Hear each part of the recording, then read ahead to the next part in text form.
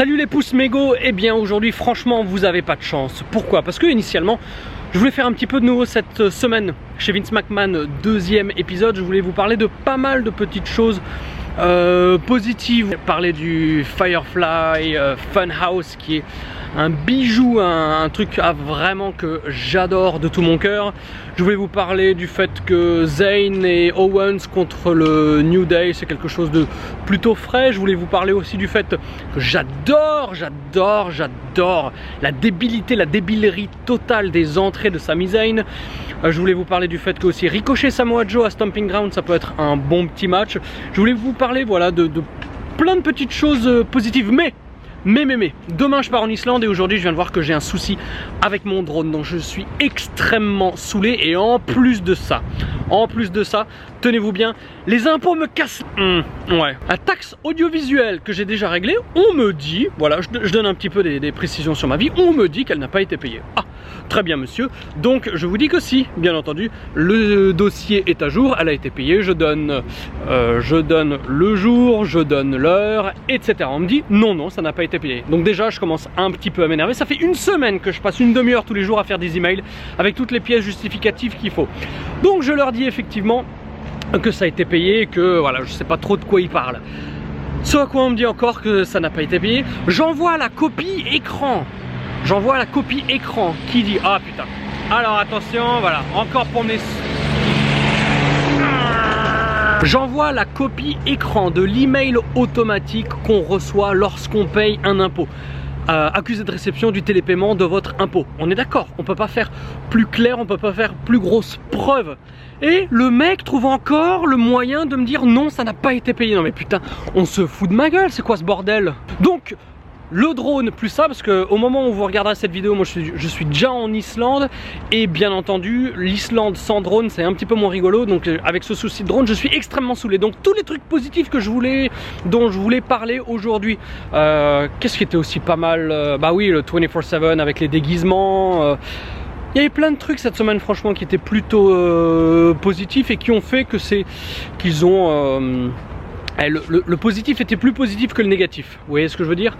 Bref voilà, je suis tellement saoulé que finalement j'ai même plus envie de parler et de ramener un petit peu de joie de vivre et de bonne humeur sur ma semaine chez Vince McMahon. Donc je vais parler d'un truc dont j'ai parlé en tweet et qui m'a saoulé au plus haut point. Et il n'y a aucun argument qu'on a pu me donner qui contredit ce que je vais dire maintenant. Seth Rollins n'a pas à attaquer les gens par derrière.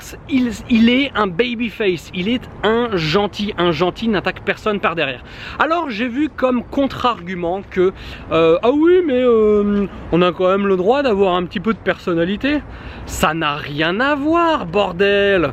Le mec il a le droit d'avoir une chaise, il a le droit d'avoir envie de casser la gueule. C'est quoi ça? Une cerise, bah voilà, je marche sur des cerises maintenant en plus. Il a le droit d'avoir une personnalité, le gars, il a le droit de vouloir casser la gueule à tout ce qui bouge. Ah merde, il y a des jardiniers, je vous reprends dans un instant. Donc il n'y a aucun souci là-dedans, je veux dire, c'est pas un problème, je veux dire, c'est l'essence du catch de vouloir casser la gueule d'autres mecs, mais quand on est face, quand on est gentil, on n'attaque pas par derrière. Vous pouvez me prendre n'importe quel exemple, jamais de la vie, jamais, dans aucun monde, quelqu'un de gentil, une bonne personne va attaquer qui que ce soit par derrière. Si on a envie de casser la gueule de tout ce qui bouge et de tout le monde, de tous les catcheurs qui croisent notre chemin en backstage ou dans le ring, on les attaque en face à face. Si on attaque par derrière, c'est qu'on est une poule mouillée, c'est qu'on est un heel. Ça n'est pas un comportement acceptable pour un babyface. Et je ne supporte pas qu'aujourd'hui, dans un monde où déjà la ligne entre heel et face est vraiment très ténue, très floue, où au niveau du comportement, de la manière dont tout est booké, il n'y a pas vraiment de signe distinctif entre les faces et les heels, qui est l'essence même du catch, de toutes les séries, de tous les films, de tous les divertissements, même de l'opéra, etc. Il y a un gentil, il y a un méchant. S'il n'y a pas de gentil, s'il n'y a pas de méchant, il ne peut pas y avoir un investissement émotionnel de la part du public. Donc c'est quelque chose d'essentiel et c'est aussi pour ça, je pense, que de plus en plus le public se tourne vers d'autres alternatives ou tout simplement arrête de regarder du catch. Enfin quand je dis du catch, catch WWE. Donc oui, ouais, qu'est-ce qu'il y avait d'autre de positif? Ah je sais pas moi, attends. Si il y avait, ce débat n'a pas lieu d'être. Quand on me dit Le mec est vénère, il a une chaise, il a envie de casser la gueule des mecs, donc il les attaque. Oui, il les attaque par devant, en face à face.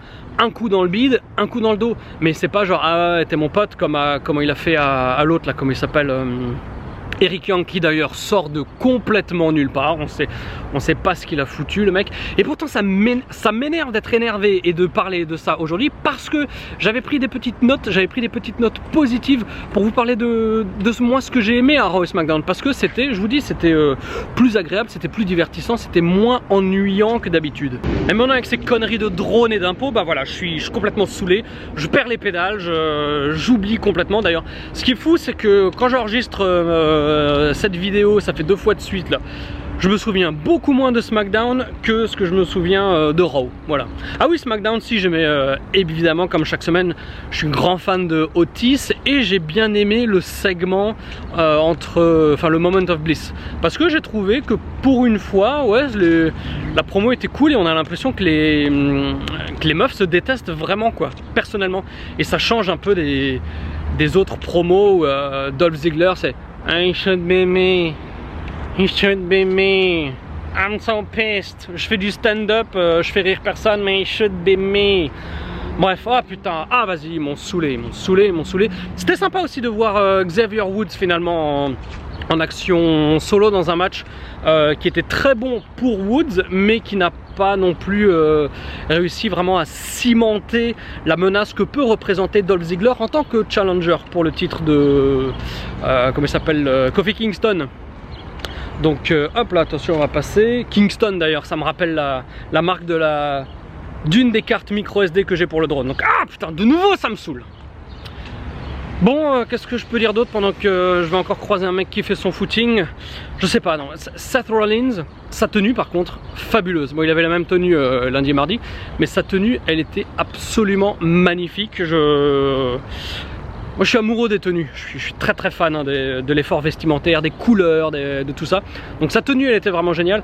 Par contre non, il faut absolument immédiatement arrêter. Il peut garder sa chaise, il n'y a aucun problème. Il peut casser la gueule de qui il veut, quand il veut. Mais il le fait comme un homme, parce qu'en attaquant par derrière, eh bien même si on s'en rend pas compte, mais à terme ça donne, comment dire, ça rend acceptable le fait qu'un babyface attaque les gens par derrière, ce qui veut dire que lorsqu'un heel le fait, eh bien ça n'aura plus, petit à petit, ça n'aura plus la même signification qui fait de cette personne un heel. Vous voyez ce que je veux dire?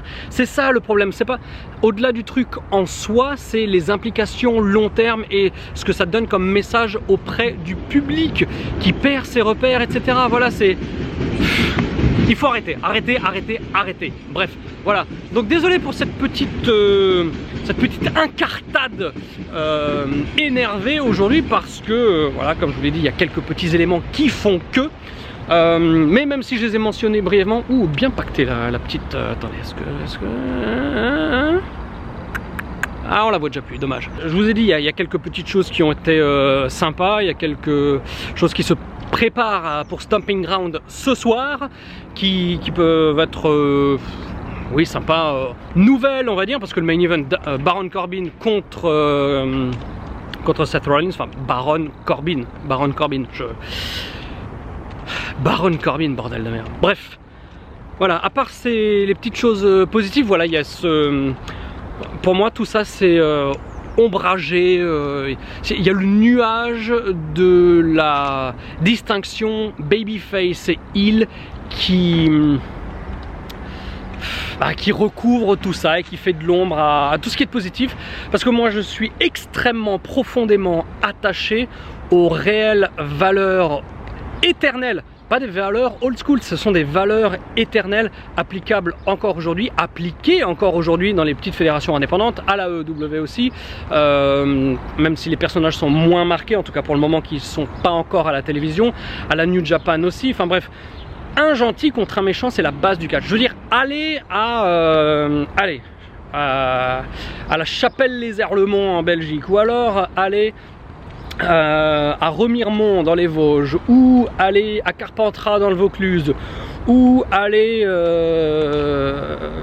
dans n'importe quelle petite bourgade, présentez un combat de catch devant un public qui n'est pas fan de catch, un public qui a juste envie d'être diverti. Présentez-leur un produit de catch avec des gentils contre des gentils, ou des méchants contre des méchants, ou des gentils qui ne se comportent pas comme gentils, ou des méchants qui ne se comportent pas vraiment comme des méchants. Eh bien, je peux vous dire que les 200, 300, 500, voire 1000 personnes qui sont venues voir le show ne réagiront pas, parce que elles n'auront aucun élément à se mettre sous la dent pour vraiment être impliquées émotionnellement.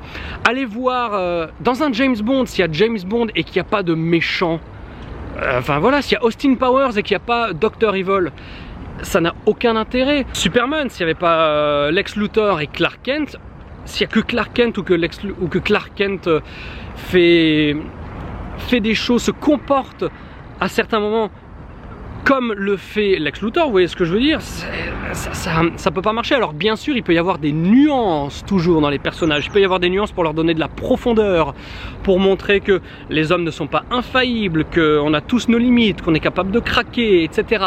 Mais quand on tape sur l'épaule d'un mec et qu'on dit ouais mon pote, après tout ce qu'on a vécu ensemble, mon gars, etc., qu'on fait 2 pas, qu'on se retourne et qu'on le frappe dans le dos avec une chaise, vous pouvez me dire ce que vous voulez.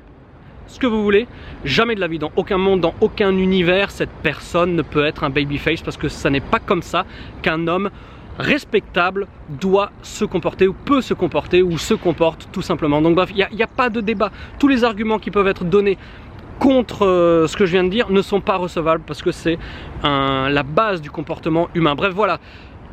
Je sais pas combien de temps je fais cette vidéo, mais voilà, j'ai vidé mon sac. Désolé, parce que sans le drone, sans les impôts, je pense qu'on aurait eu une ligne éditoriale un tout petit peu plus ensoleillée, comme le temps ici actuellement à Budapest.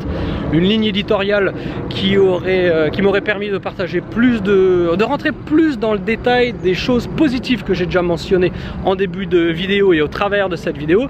Bref, je vous souhaite une bonne soirée. Je sais pas si vous allez regarder Stomping Ground en direct. Moi non, car au moment où vous regardez cette vidéo, comme je vous l'ai dit, je suis en Islande, et même s'il fait jour 24 heures sur 24, eh bien je suis en train, non je suis pas en train de dormir, mais pendant Stomping Ground je serai en train de dormir, car demain matin on reprend la route pour aller dans les hautes terres avec le 4x4, ce qui ne va pas m'empêcher de regarder Raw et SmackDown le soir à l'hôtel, pour vous faire dimanche prochain mon autre semaine chez Vince McMahon, en espérant bien entendu que le drone se soit envolé au moins un tout petit peu, pour bah voilà, en fait vous ramener quelques images aussi d'Islande, pour les incruster comme ça aux vidéos que je vais tourner lorsque je serai là-bas. Voilà, donc si vous entendez cette phrase, c'est que vous avez regardé la vidéo jusqu'à la fin, donc permettez-moi de vous remercier pour votre fidélité, et puis je vous dis à très bientôt pour des épisodes de la Nuit des Temps qui arrivent cette semaine. Il y en a 2, spoiler, et puis sinon bah, je vous rejoins normalement dimanche prochain pour ma semaine numéro 3